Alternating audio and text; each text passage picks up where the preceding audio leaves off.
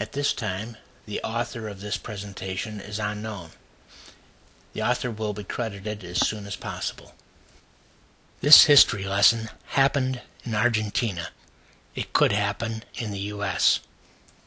In the early 20th century, Argentina was one of the richest countries in the world. While Great Britain's maritime power and its far-flung empire had propelled it to a dominant position among the world's industrialized nations, only the United States challenged Argentina for the position of the world's second most powerful economy. Like the United States, Argentina was blessed with abundant agriculture, vast swaths of rich farmland laced with navigable rivers, and an accessible port system. Its level of industrialization was higher than many European countries. Railroads, automobiles, and telephones were commonplace. In 1916, Argentina elected a new president, Hipólito Yrigoyen, from a new party called the Radicals, under the banner of fundamental change, with an appeal to the middle class. Among Yrigoyen's changes, mandatory pension insurance, mandatory health insurance, and support for low-income housing construction to stimulate the economy.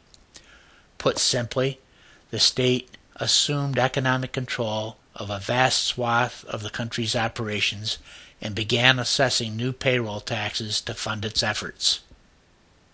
With an increasing flow of funds into these entitlement programs, the government's payouts soon became overly generous. Before long, its outlays surpassed the value of the taxpayers' contributions. Put simply, it quickly became underfunded, much like the United States' Social Security and Medicare programs. The death knell for the Argentine economy, however, came with the election of Juan Perón. Perón had a fascist and corporatist upbringing. He and his charismatic wife, Eva, aimed their populist rhetoric at taxing the nation's rich. This targeted group swiftly expanded to cover most of the propertied middle class, who became an enemy to be defeated and humiliated. Under Perón, the size of government bureaucracies exploded through massive programs of social spending and by encouraging the growth of labor unions.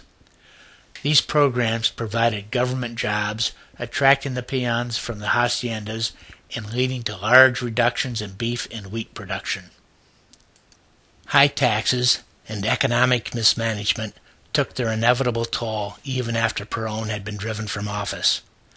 However, his populist rhetoric and contempt for economic realities lived on.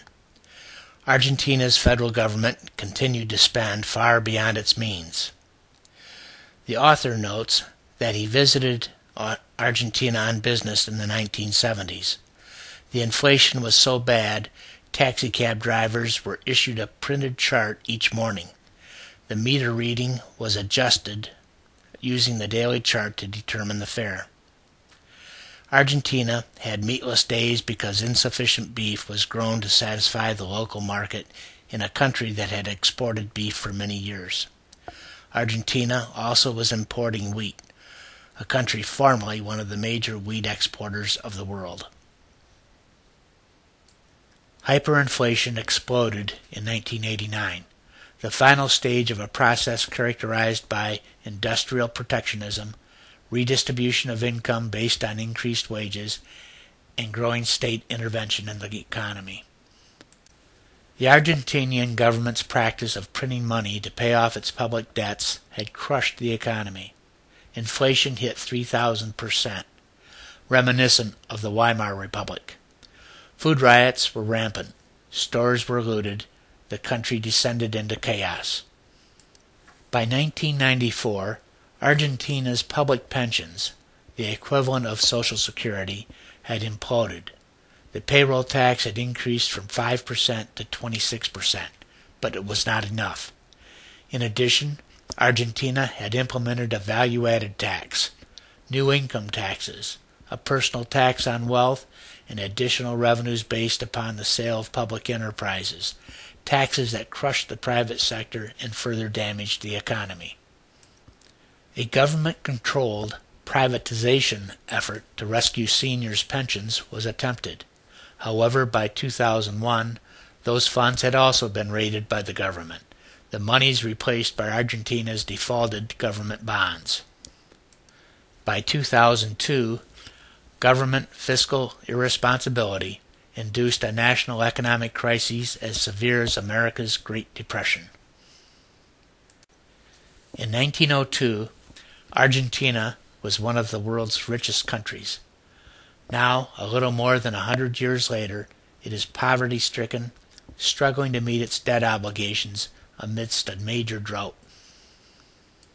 The Democrat Party's populist plans for the U.S. cannot possibly work because government bankrupts everything it touches. History teaches us that Obamacare and non-funded entitlement programs will be utter, complete disasters. The Democrat Party leaders of today are guilty of more than stupidity. They are enslaving future generations to poverty and misery. They will be long gone when it all implodes. They will be dead and as cold as Juan Perón when the piper ultimately must be paid.